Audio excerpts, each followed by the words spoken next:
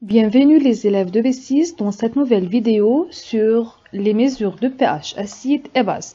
Alors comme vous savez, des substances acides et d'autres basiques se trouvent autour de nous.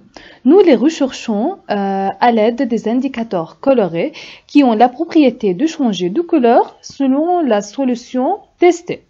Parmi ces indicateurs colorés, nous savons le papier tournesol ou bien papier pH qui a la propriété de devenir rouge en présence d'un acide, bleu en présence d'une base et verte en présence d'un milieu neutre. Alors, il suffit de comparer la couleur que nous avons obtenue avec celle proposée sur l'échelle qui se trouve sur la boîte.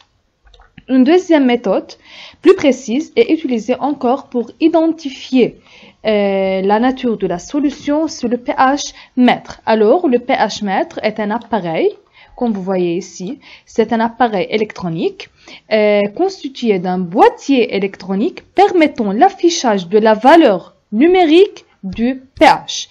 Par exemple, le pH de la solution testée ici est égal à 6,64.